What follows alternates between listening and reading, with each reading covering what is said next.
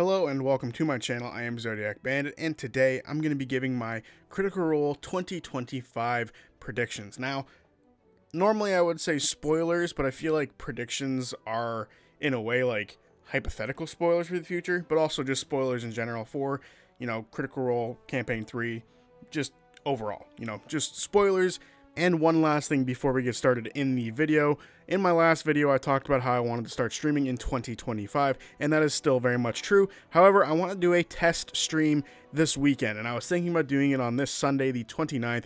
Not sure when I will start yet. Maybe I'll leave that up to you guys. You guys let me know what you think would be, the best start point, but just figured I'd let that be out there in the universe, that I'm going to be doing a test stream to make sure that everything is good for when we start full-time, or not full-time, but when we start streaming more consistently in 2025. So with all that out of the way, we can now talk about today's video and predictions. However, I kind of want to talk about the predictions I made for 2024 first, which is now what you're seeing on the screen. I made it into a bingo sheet style thing, and, well, it's called crits because critical role stuff, but the ones that are highlighted are ones that I did in fact get correct. And I got a few. However, we didn't get a bingo, which is a little upsetting. I thought I'd have better prediction power than this, but I was so close multiple times. So very, very, very, very close. So, starting with the C column, we got the Mighty Nine return in Campaign 3. This was awesome, and I knew it would happen. But they were sort of leaning towards the whole Avengers Endgame style thing, where a bunch of groups come together, and I guess technically Avengers Infinity War as well, but a final battle to sort of push against the Ruby Vanguard and the armies of Ruidus. And that is exactly what happened. I figured this might happen, but I'm glad it did. So the next one is a new EXU. Now technically, I'm cheating. Now, there are two ways that I could cheat with this one. First of all, we had Downfall happen, which feels like EXU. You could call it EXU Downfall, but it's also part of Campaign 3. But I'm just going to call it part of EXU as well. It sort of sits in this limbo state of both being its own separate thing that you can watch on its own and just enjoy it and have fun with it. And it still takes part in Campaign 3. So that feels like EXU. But then we had the two half episodes that were dedicated to the Crown Keepers. And that has to be EXU, right? Yes, it's part of Campaign 3, and it's how they reintroduce Robbie, Damon, and Dorian into the story, but come on, that's EXU. It's literally, for me, EXU is whenever the DM changes. So, as far as I'm concerned, EXU, it happened. Moving on to the R column, we have the Mighty Nine one-shot. That was episode 116, technically half of 115 as well. And much like how EXU counts in my book, this counts as a Mighty Nine one-shot. I don't think too many people would argue with that. So, with that, R is technically over unless you want to count Ashen and Fern start dating. Now, they're sort of in limbo still. I don't think anything's been outright confirmed, but they're kind of there, right? I think we're going to have to leave that one blank. So, unfortunately, R was the reason. Literally, R is the reason we didn't get anything in R except for the Mighty Nine one-shot. And it's the reason we didn't get a bingo, because we're pretty close on a couple of these. But, whatever. From here on out, though, I got pretty successful with some of these. So, starting in I, we have FCG going berserk. We all know what this led to. I don't think I need to talk about it too long, but they did go berserk, and then they sacrificed themselves. So, I highlighted it. And, it goes in conjunction with the one below it, a PC death.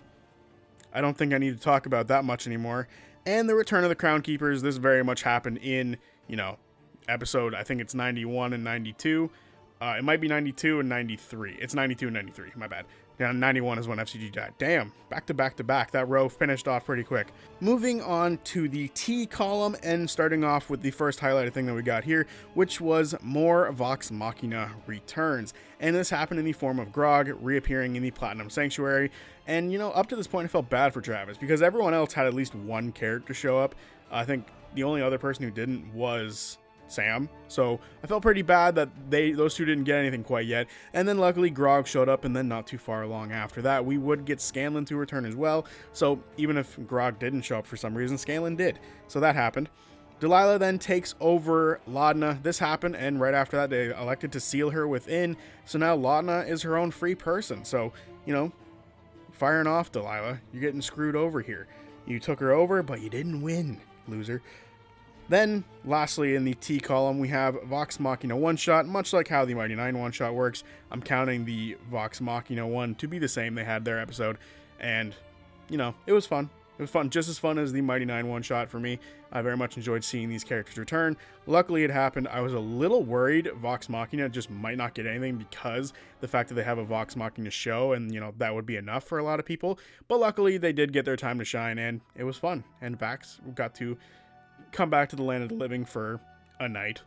And then lastly, moving to the S column, and we have Odahan Thule dies. Thank fuck. Fuck you, bitch. That came in combination of, you know, FCG going berserk and a PC death. I don't think I need to talk about this too long. So then we're moving on to Fern kills Lord Zethuda. Technically, he's not dead, but what he got might be worse. And Fern is the reason that is, you know, that's currently happening to him. He is now a tapestry at Nanamori's. You know, that's fucked up. And I feel like that's worse than death. So I feel like this counts. If you disagree, I don't think it matters. We didn't get a bingo anyway. And then lastly, guest player returns. Obviously, this was for Dorian. We knew this was going to happen. We knew Robbie was going to come back eventually. Matt said it ages ago that this was going to happen. So it did. I took a cheap one, and I got a cheap one. So unfortunately, we didn't get a bingo or a crits, but we were close. We were close on a couple. If only there was a new guest player. You could make the argument that, you know, anyone who was in, like, Downfall is a new guest player, but I feel like those are just PCs, right? They're player characters for that small mini-series. So I don't feel like that's fair, but we're close. We were very close. So with that all out of the way, we can now move on to my 2025 predictions for Critical Role. However, I don't think there's enough time to fill out a full-on bingo sheet. So unfortunately this time I'm only going to give 5 predictions. And, you know, some of them lead into other predictions. So if one of them doesn't happen, it could mean the rest of them don't happen as well.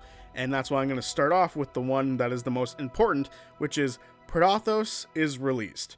I feel like everything hinges on episode 118, and if Predathos is released in this episode, it could be 119, like the fight is so long they choose to just take a break and move on to the next episode. But I do think the Ludinus fight is going to somehow end up with Predathos being released, and I think that will set the tone for the rest of the year, or the rest of this campaign, however long it lasts, which I don't think is super long, but I'll get to that, don't worry. I think Predathos being released extends this campaign a decent bit, but I do think that this is what everything's been building up towards, and Matt is very much a Final Fantasy fan, so to have, you know, the villain that's been built up through the entire campaign be tossed aside for a new villain that comes out right at the end who's way too powerful and everything like that, and they need to take a little bit of a break, I think Predathos being released thematically throughout this campaign is what it's been building towards, so I feel like it needs to happen.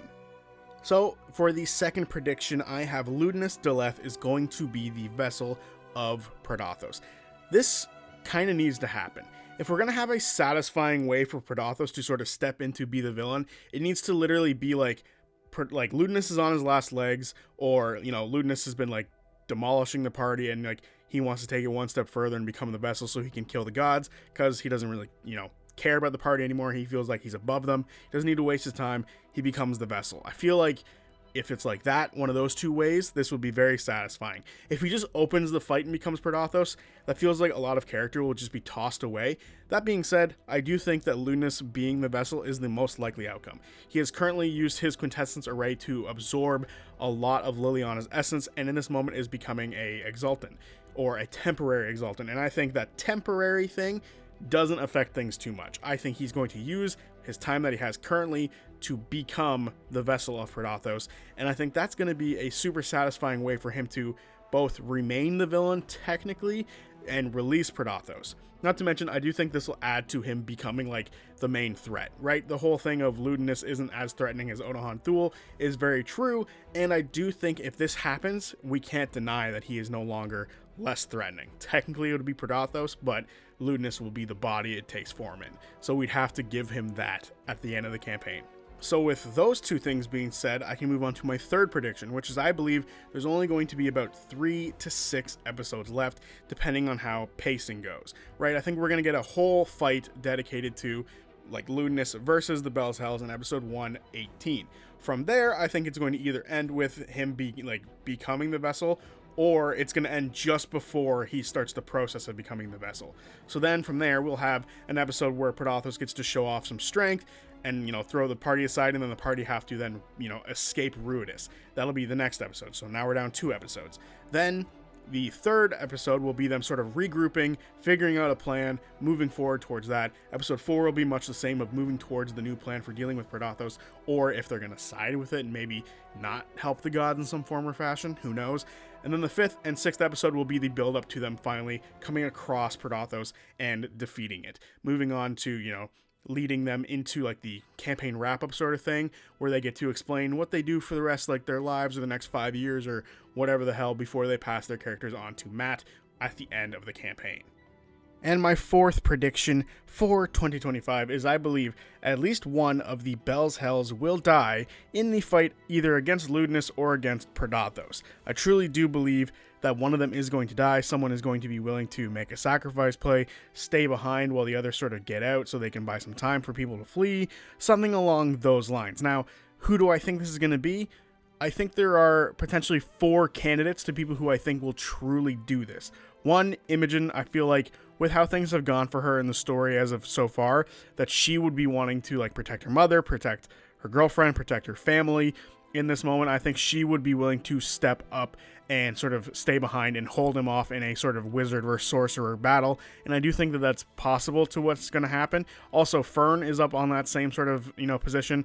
And, you know, those 2 sticking behind for me would be like the people who are Rites born are staying behind to potentially kill off vessels for Predathos. So that's sort of where I'm leaning towards in that one. Ashton is another one, sort of wanting to get revenge for FCG and killing the person who was in charge of killing the person who killed FCG. So I feel like Ashton, and just Ashton's character of not leaving anyone else behind, would want to be the one left behind. And for me, that makes a lot of sense.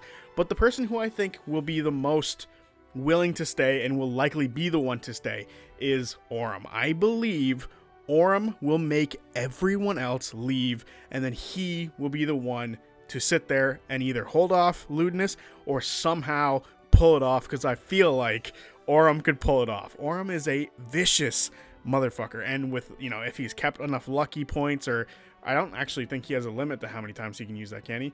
I don't remember at this specific moment, but I feel like Aurum is going to be the one who is most likely going to step up and stay behind while everyone else gets to run away and survive. So my prediction is Aurum will not make it out of the fight with Ludinus Deleth. I think I made that prediction a little while ago in a previous video, but I'm doing it again because why not?